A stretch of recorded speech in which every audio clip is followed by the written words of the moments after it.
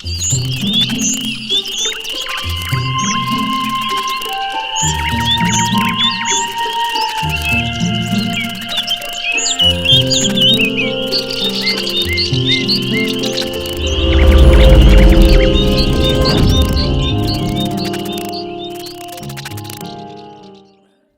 you were here before, couldn't look you in the eye. You're just like an angel. Your skin makes me cry.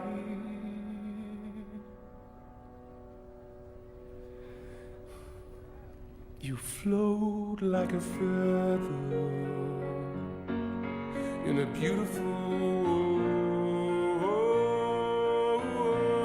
Oh, I wish I was special. You're so very special, but I'm a creep.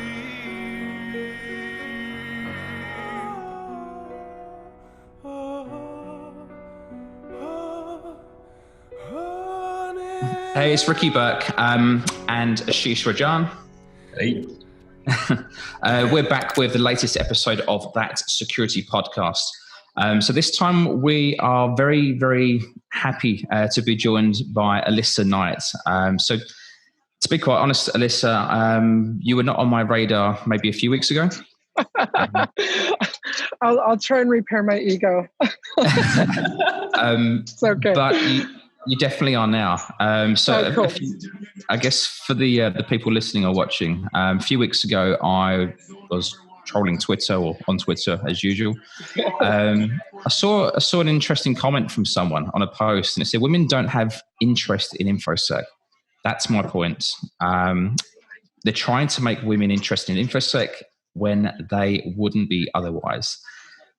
One, that's just a ridiculous comment, and I loved the most popular comment underneath that, and that was you, Alissa. And basically, that comment was, "I started hacking when I was 13, arrested for hacking into a government network when I was 17, sold 2 cybersecurity startups by 27, millionaire by 20, spent 20 years in cybersecurity, and will be here for another 20.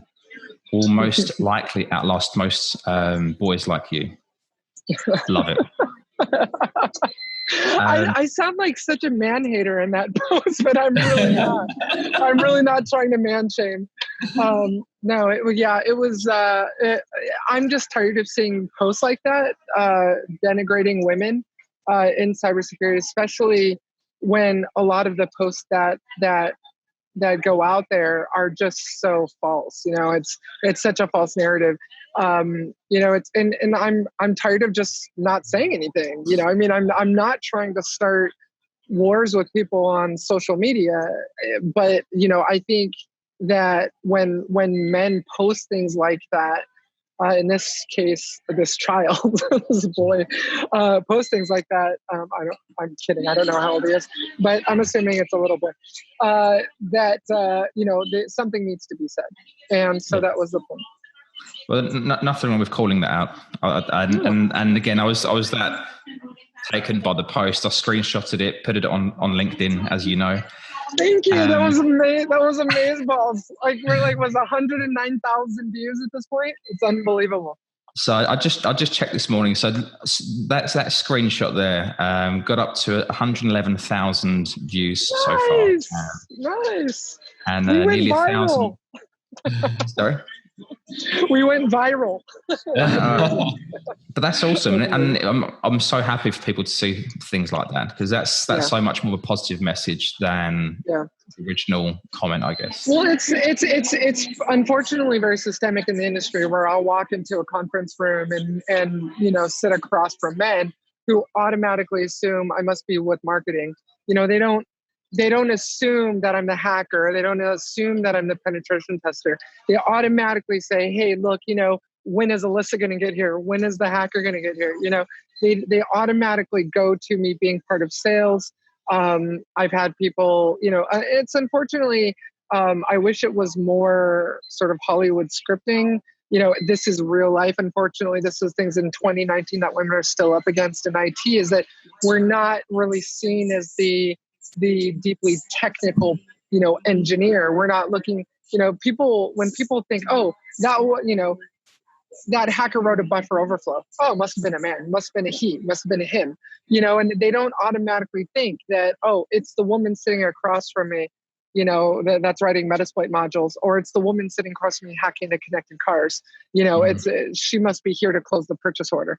It's unfortunately pretty endemic in the industry, and I'm really trying to do what I can to change that narrative, bring more women in cybersecurity. I was recently nominated as the top hacker for the year, woman hacker of the year, at Black Hat briefings, and so it was awesome. That's awesome. It was awesome sauce. So yeah, we're trying to do everything we can to bring more women into cybersecurity and really address those false narratives that women don't care about cybersecurity. We don't care about working in IT when we really do. Yeah, that's right. Sorry, now you got to keep. What's that, Ashish? No, I was going to say it sounds like a good segue into what do you do? What I mean, you mentioned, like you seem to be a hacker. I saw your signature says content creator, influencer. Yeah, I'm curious, all about this. I have multiple personalities. I'm the Sybil of cybersecurity. So I'm a hacker. I'm a recovering hacker. I like to say of 20 years. I've fallen off the wagon a few times. I started hacking when I was 13. I got typical Hollywood story. I got arrested for hacking into a government network when I was 17. They were waiting for me at school when I arrived and arrested me as soon as I got on campus. And I got off on a technicality. The district attorney dropped the charges, because of something that went wrong during the interrogation process. And I got off on this really just this technicality that allowed me to really start over and have a second chance. And so shortly thereafter, I started my first company when I was 17. It was a cybersecurity services company that I sold to a public company in British Columbia for about $3 million. Then I sold my second successful startup when I was 20. Started when I was 20, sold it when I was 27 to a public company in New Zealand, in Auckland, New Zealand, for $5 million. Done about $8 million in M&A transactions, and I'm in the process of exiting on my third, looking at LOIs around 10 million, all the way up to 20 million. So I'm continuously creating and building companies, and I just love to build things. I love to build companies and sell them, and then move on to the next idea. So I'm a builder. Now, you brought up a good point, Ashish. What are you? Honestly, every day I wake up, I figure out something new. I reinvent myself every day. I do consider myself to be a content creator. So vendors will come to me like SentinelOne, said, "Hey, Alissa, we have this Internet of Things cybersecurity solution called Ranger that we're going to announce. We want you to write a white paper around it." So I thought, well, how do you demonstrate the efficacy of an IoT security product the best way? And the best way that I could find was, well, what if I were to hack into a bank through their CCTV cameras in the parking lot from my car, and show that it's possible, and then show how that product had been used to prevent it. And so that was what I did. And it went well. I was successful in that. And of course the bank was involved. This was sanctioned. And so, it turned into a great paper, and that will be published soon. So I'm really, that's the kind of content I write. I don't really regurgitate sales and marketing material. I take a product and I hack it, or I hack into a network and show how the product could have prevented it. So it's very adversarial analysis applied to writing. So I consider myself to be a full-time writer. I've just published my first book on hacking connected cars. And I got thank you. And that's through Wiley. And I got a new book contract to write books on hacking APIs and hacking microservices. So this came on the heels of actually just traveling around the world from recent research that I did where I downloaded 30 financial services mobile apps and reverse engineered them, pulled the API keys out of them and hacked these banks using the API keys and tokens I found in their mobile apps. So I went around to Tokyo, Singapore, Germany, different countries, just speaking about these findings and how bad the API security posture is in our global banking system. So we can really understand the attack surface as it relates to global banking and APIs. Yeah, I've seen you. I mean, I see a lot of talks recently overseas. I guess spreading the news and what you've been doing, the research. Yeah, it's been a lot of fun. I'm tired. I'm starting to smell like an airplane. But thankfully, my travel for the year is over, and I'm really just kind of sitting down and putting pen to paper, if you will, on trying to get on my new book started. Forbes approached me about writing an autobiography on my life, which is really cool. I had no idea that Forbes magazine even published books. So I'm really excited. I'm at a really exciting point in my life right now, and I just moved to Las Vegas, and so everything's kind of just starting new. It's a new chapter in my life, so I'm excited about it. You sound like a celebrity. I was going to say, should I get a signed shirt from you? Please, it's like, it would be amazing before you get super famous. Can I get a t-shirt? Like, it's weird. Like, you can, like, it's funny because it's weird to think about it, but like, I have fans. It's like, what the hell is this about? Like, I'm not on any kind of TV show or movie. And like, so like, it gets kind of spooky actually. Cause like, so I went to this conference in Germany. I won't talk too much detail about this, but, one of the individuals in the audience started stalking me, like started actually calling me throughout the night on my cell phone. Yeah, and was waiting for me at my hotel in the entrance at 3 a.m. when I came back from bar. And it's like, it's crazy because when he was calling, my girlfriend picked up and she's like, "This is Alyssa's girlfriend. How could I help you?" And he didn't get the point. Like, it was like, he kept calling. He's like, "I want to know where Alyssa is. I want to come see her and be with her." It's like, I don't think he understands. This is Alyssa's girlfriend. She's gay. She has no interest in you. And so like, he didn't take enough of a hint. And so he was waiting in the hotel. So when I came in through the lobby with my girlfriend, he was waiting there.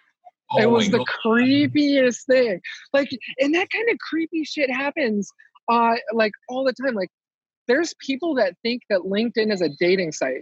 And I don't know what it is, but it's like, there's something about, she's a chick. She's incredibly smart. She's a hacker. She's, I just have to have her. Like, and so it's like every other message is a freaking, "Hey, you're really hot. Can I get your number?" You're like, and this is LinkedIn, not Facebook, not Match.com. What's that? Is that the kind of messages you're getting on LinkedIn? On LinkedIn, I could write a book. I could write a book about the creepy stuff that has happened to me on LinkedIn. It's creepy. Anyway. I've heard about this, and I've had people sharing with me like screenshots of some of the stuff they get, and it's crazy. As a guy, you don't really see that sort of stuff, and it's disgusting when you see it. Yeah. It's like I want to be acknowledged for my research, for the vulnerabilities. I do it. Like, I published the first vulnerability on hacking VPNs. I went and spoke about it at Black Hat briefings in 2000. I was the first to publish this on BugTrack when it existed. And that's the kind of stuff I want to be acknowledged for. Not oh my God, she's so hot. I need to, I have to have her. It's like, I want to be acknowledged for that research and the, my technical prowess, that sort of thing. But, it is what it is. I guess similar theme as such, but if we're talking about that's weirdos, unfortunately, out there, which they're always going to be, which is just not acceptable. But in terms of, I guess, the industry, there's a push for diversity, for the industry changing, and you've been in this space for a long time. I guess, have you seen a transition, or have you seen any changes, positive changes over the last few years? Yeah, I think there's a lot of supporters and advocates, out there. Nathan Chung from God, where is he, with Deloitte? or PwC or Accenture. One of them. Sorry, Nathan, I forgot. Carmen over at Intelligenca. I can never get her company name right. Sorry, Carmen. And Jennifer Sunshine Steffens over at IO Active. They're all great advocates, trying to help change that narrative. The women in cybersecurity events, the women in cybersecurity conferences. I think we still need to do better. Like, it wasn't until just recently, within the last few years, that booth babes were no longer allowed at security conferences. I remember just a few years ago when that was okay. When you had like barely clothed women at booths or vendors at security conferences, and that was acceptable. So I mean, things are unfortunately, I think we as humans evolve, but it's a slow evolution. But I mean, I think we will get there.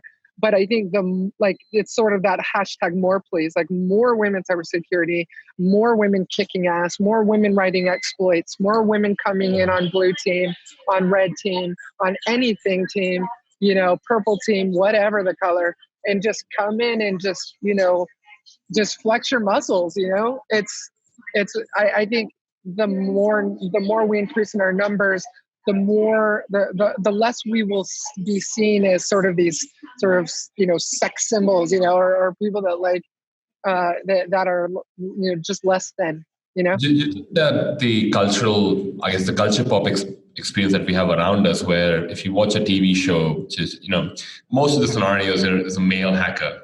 But for me, it changed the fact that there's always like a female CSI hacker that would be there. Even I think even around that narrative is changing. So do you reckon those make it appear more normal? Yeah, I agree. I think because I was addicted to Scorpion, and he had a woman on the team. She was more of a hardware chick, but I think. I think Hollywood and the media can really help change that narrative. Much to your point, Ashish. I think this is an everyone effort. It's going to take a village. I'm just one voice, but I think the more that Hollywood brings women in these, primary roles, heroine roles as the hacker, it will start to change. What was it? The Fast and the Furious, that the villain was a woman and she was a hacker, and so I think as Hollywood really tries to help change that narrative, things will change. But I think it's going to take everyone, and it's going to take efforts, like what Ricky did, posting that up there and getting it and cross-posting it to different social platforms. Saying, this is a problem. And by the way, look at this badass response, but I mean, it's, there's badass women out there, and I'm, there's women that are more amazing than me. There's women out there that are crushing it. She Hacks Purple, Tanya Jenkins, all these women out there that are just crushing it, and we need more. And the more attention, the more of a platform, the bigger of a microphone we can give those women, the better. Yeah, I agree. So, you guys are doing your part. Having me on your guys' show. This is amazing. Yeah, we had talked on the show as well in previous episodes. And I think definitely it's worthwhile calling kudos to Ricky for cross-posting it and raising awareness of it as well, because the more people talk about it, I guess it's to your point about raising a village. Like these little things that people do around, I guess, other people who may not be influenced by it is kind of the way forward. Otherwise, it just gets buried in all the other content. You just kind of it's kind of like that whole what is it that saying, first time that the train came, they came for the gays. Second time they came, the train came, they came, for the African Americans. Third time the train came, they came for the Jews.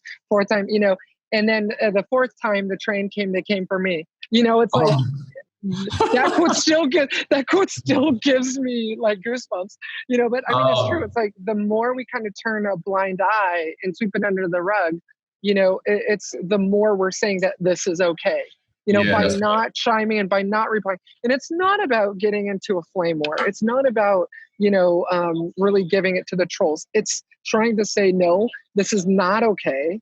Yeah. This is why. Here's a great example of women that are in cybersecurity that want it, I have a son. I have a 15-year-old son, but that doesn't mean that my only identity is not as a mother. That just like if you guys have kids, your only identity is not as a father. You're multiple things, and women can be the same way. Like, we can be mothers, we can be wives, we can be girlfriends, we can be daughters, we can be, cybersecurity engineers, we can be hackers, we can be security analysts, whatever it may be. We're just as capable at crushing it as men. Out of interest, because I guess we've all got different angles on looking at the industry, and from my point of view as a recruiter, I obviously I see lots of different businesses out there, and there is definitely a genuine push for a lot of businesses to add more diversity for different reasons. And sometimes it's genuine in terms of companies want to just add more diversity, whatever the sex, whatever the background. They just want different mindsets, different people thinking about different ways. But I also see and hear companies looking just to be honest with you, add numbers, just to say, we've got women, and the token woman or the token, whatever. And it's a problem. Like, I was looking at a company today. I was talking to a cybersecurity company today. I kid you not, Ricky. There were, I think, 20 people on the management team. They were all old white men. There wasn't a single woman. The man was a CFO. The head of marketing was a man. Everyone in that entire leadership team were old white men. And it was like, at least try, like, throw some token women, even if they're just gonna be tokens, throw some token women in there, throw some, token whatever in there. Not that I'm saying that that's okay, but it is a problem. And so, talking of token, like, shocking. I remember a few years back, there was a company I was dealing with, and I was shocked with what I was told.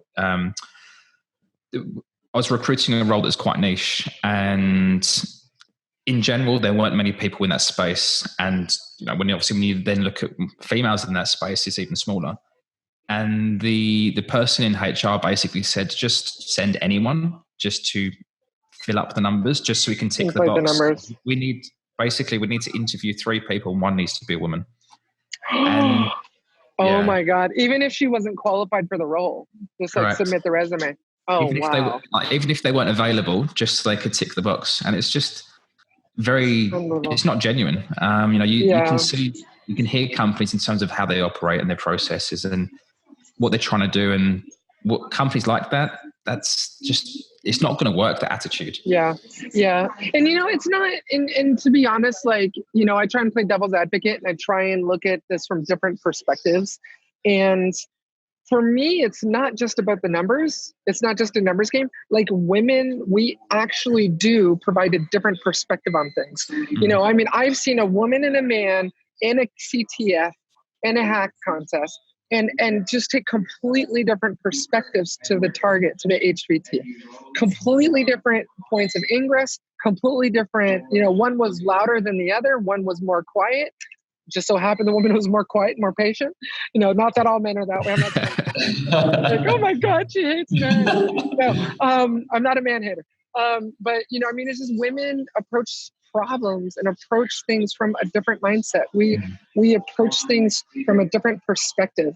And I think that's necessary, especially in business, which is why we need more women in the boardroom. We need more women in cybersecurity. We need that other perspective that women tend to think through and think differently about. Like, how they say men are less emotional, or vice versa. Women are more emotional, so they're going to look at it from a different perspective. Whatever it may be, it's a different perspective and can help solve a problem in a different way. Mm-hmm. And I think so. It's not just about meeting those numbers. That's the sad thing about what you just said, Ricky, is that this company doesn't get it. It's not just about meeting those numbers. It's bringing that diverse perspective. It's bringing that other perspective to the problem. The way that you're looking at it in a different way can solve it in a different way. Yeah. And I think it's to exactly to your point earlier, even though it will take a village, and it's pretty awesome. Shout out to you as well as Tani Jenka for actually setting examples as CEOs of other companies. And I guess to your point about M&As, you're actually on your third startup now. So it's really good that I guess people like yourself are setting examples for other girls to say, oh, I don't have to be what the norm is. It could be something different. Yeah, exactly. And it's really so like, I mean, I've run into situations where the CISO of a company proposed sex to me in exchange for a purchase order. Like it was like an $80,000 PO, and he thought that I would sleep with him in order to get that contract. It's like, if I was a guy, would this be happening? And it's like it's crazy. It's crazy. Like it's almost. And I'm not saying all men. I'm just saying like this particular guy thought that just because I was a woman that I would sleep with them for a deal, for a contract. And it's shocking. And unfortunately, this is 2019. This is still happening. Now, suffice to say that individual doesn't work at the company anymore.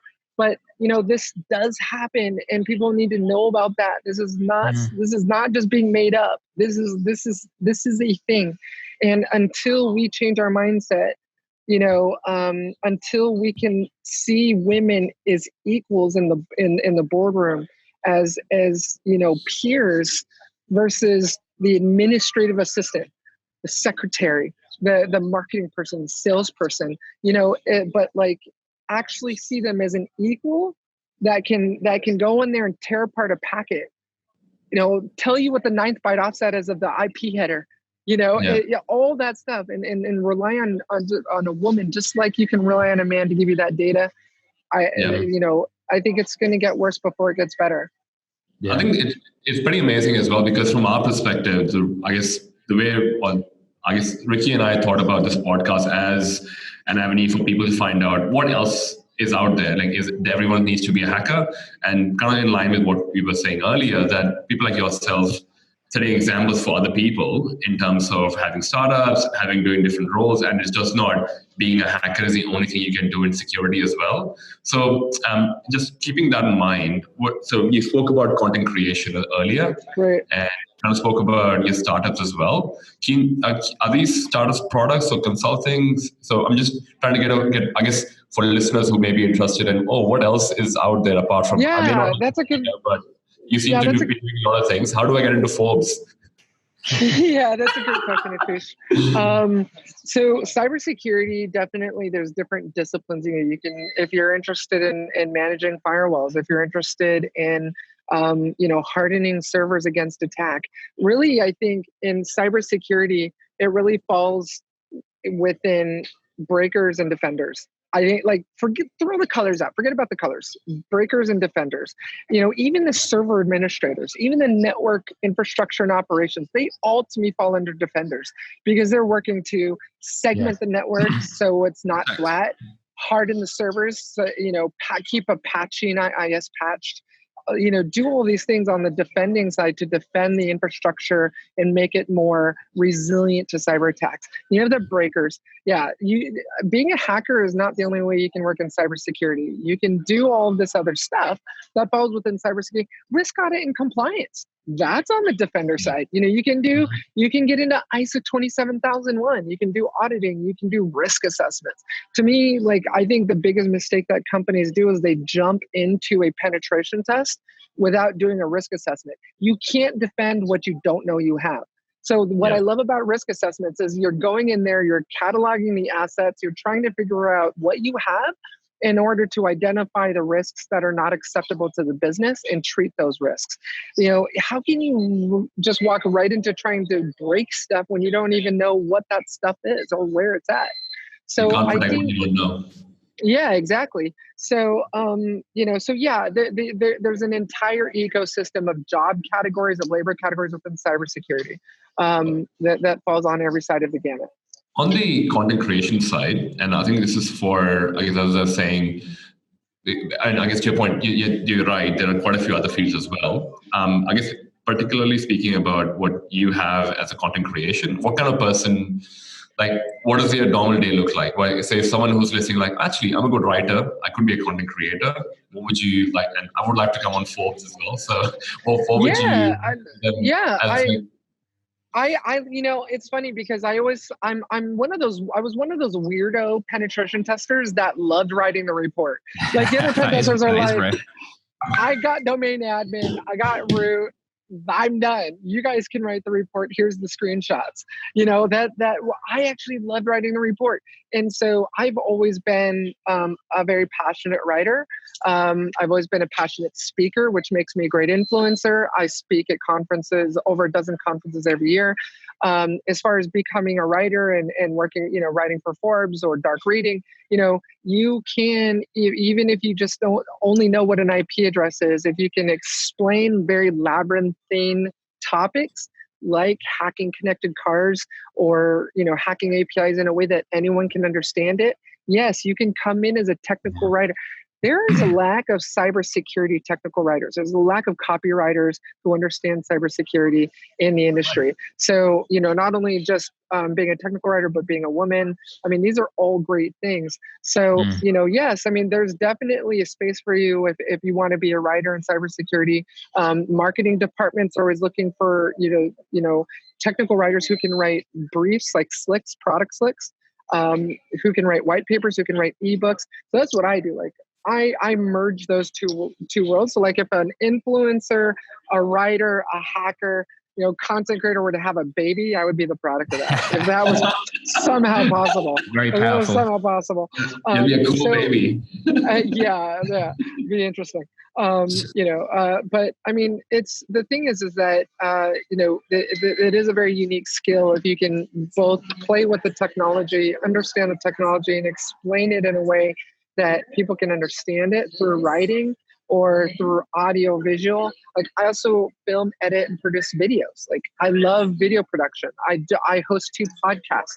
You have to be in a multi-channel. We're in a multi-channel world. People don't download 100-page PDF files anymore and read them. People want what's digestible in a tweet or, can be read in 5 minutes in a blog. So I write short and long form content. I create videos. You have to do all of these different channels. The thing is that companies need to understand is they are now publishers. Companies are not just producers of products, they're publishers. They can be their own publishing company. They can be their own publisher. So, they can be in charge of that narrative. And so we're in a completely different world now where, buyers, 62% of buyers are no longer making their purchase decisions off advertisements anymore. They're making their purchase decisions off of custom content. So, we're in a completely different world now where you can actually, without a marketing budget at all, just putting content out there can bring in a significant amount of revenue and customers. Well, I think every company and every person is in charge of their own brand. Agreed. And Agreed. Particularly, I guess those looking to get into this industry, they need to be aware of that because they can control that. They can give themselves the exposure to help their career. Yeah, that's true. And it's funny because when I came into IT Group, I had no idea what an industry analyst was. No idea. I had to go look it up on Wikipedia, figure out what the hell an industry analyst was. I remember like, what the hell is it that I do? And then, and then I realized that I'm not only just in charge of building the brand for IT Group as a as an influential company and an analyst firm that can be trusted in cybersecurity as being an authority in cybersecurity, but I was also in charge of building my own brand. So, I needed to build my brand and I needed to build IT Group's brand. So, that's why I continue to do my own personal influencer work. That's why I continue to do the influencer work for IT Group. It is the most multifarious, complicated job I've ever done because I really am trying to maintain the brand for 2 completely different entities, my own and IT Group. That's a really interesting one because I think, and I'm pretty sure Ricky would agree with me on this, like I think we're huge believers of podcasts and video as well. It's even more amazing that you're into the same space as well. What would you tell the listeners, I guess your point about content creation, bringing influencing and hacking into, I guess, merging it together, making a cool baby out of it. What would you, I guess, from your perspective for someone who's starting off, like I think we get a lot of people who may be students or trying to, curious about cybersecurity, and what would your recommendation, or I guess from a brand awareness perspective, how should they be creating their brand, and what can they do? What if someone has experience? What can they do if you go to that different level, in your opinion? Yeah, I mean, start. That's my recommendation. I run into so many people where they were just like, I got to get like my video perfect. I need to go buy out a $10,000 cinema or $40,000 red cinema camera. You know, I recently used to travel around to different countries carrying DSLRs, tripods, lighting equipment. I stopped. I bring an iPhone 11 Max Pro. I bring, you know, a separate lens when I'm feeling funky, you know, an anamorphic lens when I'm feeling funky. You know, I shoot completely on an iPhone now. I don't know if you guys know this or not, but the film Tangerine was filmed completely on an iPhone. Wow. As long as you understand good lighting and as long as you understand good audio, you can film on anything. You can film on a smartphone. You know, so my advice would be, you know, don't go out there hoping to spend, you know, or not doing it because you feel like you need to buy $20,000 worth of AV equipment on Amazon. You know, you can do it with your iPhone, get a good mic, you know, get a lapel mic if you can, get a Shure mic, a Rode mic, whatever you can, and make sure that you focus on lighting and audio quality because people don't want to listen to something that's got bad audio. I mean, they can kind of put up with bad lighting, but they will not put up with bad audio. They'll just turn it off. So that would be my recommendation there. Number 2 would definitely be just do it. Like, just do it. Get it out there. Don't worry about whether or not you're good at Adobe Premiere and After Effects. You can, I do video editing. You're going to laugh. But when I'm on the road, I use my iPad to edit video and LumaFusion Pro. And it's crazy. Like I use LumaFusion to edit my videos. You know, I've got as long as you have good lighting and good audio, you can do it. You can kick it out. There's so many great tools now, even free tools that you can use to edit video. You don't need to invest a significant amount of money into this. Yeah, iMovie does a great job. iMovie is amazing as well if you have a Mac. Yeah, you know, I mean, it's crazy. Like before, you needed to like this big Sun Ultra Spark station or a Cray, you know, to edit it. Like no, it's like things have changed. Like really high performance hardware is cheaper now. You know, I mean, everything is cheaper, and there's even free. And the neat thing about it is you've got LinkedIn Learning. If you want to learn how to edit video, you've got LinkedIn Learning. You've got some great tutorials on YouTube that will walk you through things. You don't have to go to these expensive schools to learn this stuff. Just do it. Just record, get it out there, upload it, and don't worry about how it looks initially. You know, you can improve that over time. Like most things, the more you do something, generally the better you're going to get. You know, exactly. I do a lot of things and I'm still learning. You know, I've been doing videos and all sorts for a year or two, and massive need for improvement, at least progress. Yeah, and Ricky, I mean, there's some videos on my YouTube channel that I would love to take down just because they're so embarrassing. I refuse to watch them; they are so bad. But you know, they were my first videos that I uploaded. They were the first things but you know what? They've got a significant number of views, and you know, I can use that to measure the progression of you know my video editing skills from then to now. You're looking very slick now. Thanks. I appreciate that. I agree. Yeah, I agree.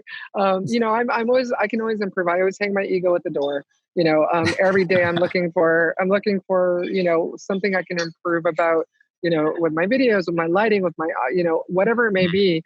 Just learning from other people. And that's my biggest recommendation to all of you, to all the listeners. Keep learning, hang your ego at the door. There's always someone better than you. There's always someone who can teach you something. You know, there's people that are coming out of high school. There's kids coming out of high school that can teach, that can hack their way out of, you know, hack their way around me, you know, who I can learn from. You gotta be willing to check your ego and learn from anyone, no matter how old they are, no matter how long they've been in the industry. Just be willing to learn and wake up each day as wanting to be a student. Awesome. That is awesome. Thank you so much, Alissa. It's a really awesome insight. And to sort of normally to wrap these up, we do a couple of sort of fun questions. Okay. So hopefully you don't mind us asking. Let's do it. First one is, what was the last book you recommended or you bought someone? Yeah, you know, so that's a great question. So I actually read multiple books at the same time. Sorry. Hold on, guys. There's an alarm going off. 1 second. Oh. No, I apologize. There's an alarm going off. Give me 1 minute. Yep. I'm in it. I'll edit this out.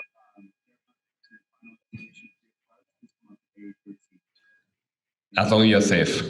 Okay, so yeah, let's try that again. So the most recent book was from Julie McCoy, Practical Content Strategy and Marketing. So I'm really focused on content marketing right now and trying to understand it and trying to get better at it. So there's several books that I'm reading around that. Everybody Writes for Man Handley, Managing Content Marketing. So those are really the books. Those are the 3 books that I'm reading at the same time right now. Wow. I'm doing so many things that I carve my day out into individual blocks. So I use something called, I'm going to get really nerdy on you right now. But I use something called Best Self Journal. And so what this does is it's the concept of zero-based budgeting. So you know how when in zero-based budgeting, you assign every incoming dollar that you bring into your household a job? You should be allocating every dollar to something. It's the same thing with task management and the self journal, where every single 30-minute block in your day is assigned to something. And so that's the only way I can get so much done. So, I wake up at 5 a.m., I work out at the gym, I'm at my desk by 7. I have, I block out time for meditation. I block out time for reading, because everyone says, oh, I don't have time to meditate. I don't have time for yoga. I don't have time to read. You have to make time. That's the thing. And you have to religiously set, allocate that to time in your day. In the self-journal, you document what you're grateful for in the morning and what you're grateful for at night. So it reminds you to be grateful for the things that you have, the targets that you want to achieve that day, in 13-week goals. So instead of setting a goal every year, like a New Year's resolution, it's the concept of setting a new goal every 13 weeks. And you track that and figure out what you need to do in order to reach that. I know that was way more than you wanted for your question, but it gives you an idea of how I get so much read. What's it called again? It's zero-based time budgeting. It's a you can go out to bestself.co, and it's called the Self Journal. And it's not high tech. There's no mobile app. It's just a pen and a book. Wow. And I live my life by it. So It's the only way I can get so much done. Because if you think about it, I'm publishing a new podcast, a new vlog, a new blog. Every single week. I've got these 3 types of media that I publish every week, including byline technical articles, being a guest on other podcasts, being a guest writer for Dark Reading and Forbes, doing all of these things each week. I need to be able to figure out how to carve out my day in order to be able to achieve that. Yeah. So that's how I do impressive. it. That is totally, you're I'm a huge nerd. I'm a huge nerd. But so, the last question we kind of asked in this one is, what was the last thing you bought online, possibly less than $200? Is that the notebook? I was going to say. It was the book. Much. I have a budget that I assign every month to buying books, and that would definitely be the book. Anything over $200 is going to be like AV equipment. But, just because I am a hardware nerd when it comes to AV equipment. But so it would be books. It would be that book. Wow. Well, I think that's what we had time for. But thank you so much for your time, Alissa, and really appreciate it. Ashish, Ricky, thank you for having me on your show, and I look forward to being on a future episode. Awesome. Thank you so much. It's been great to actually see you, at least not in person. Thanks again for that cross post. Thanks again. My pleasure. I'm sure we'll continue the conversation offline as well. But really amazing to hear about you, Alissa. Awesome. I got like 8,000 new followers from that cross post. So thanks, Ricky. That was amazing. That was amazing. All right, you guys. Thanks again. Have a good day. All right. Thanks, Alissa. Thank you. Like a feather in a beautiful world. Oh, I wish I was special. You're so very special. But I'm a creep. I'm a weirdo. What the hell am I doing here?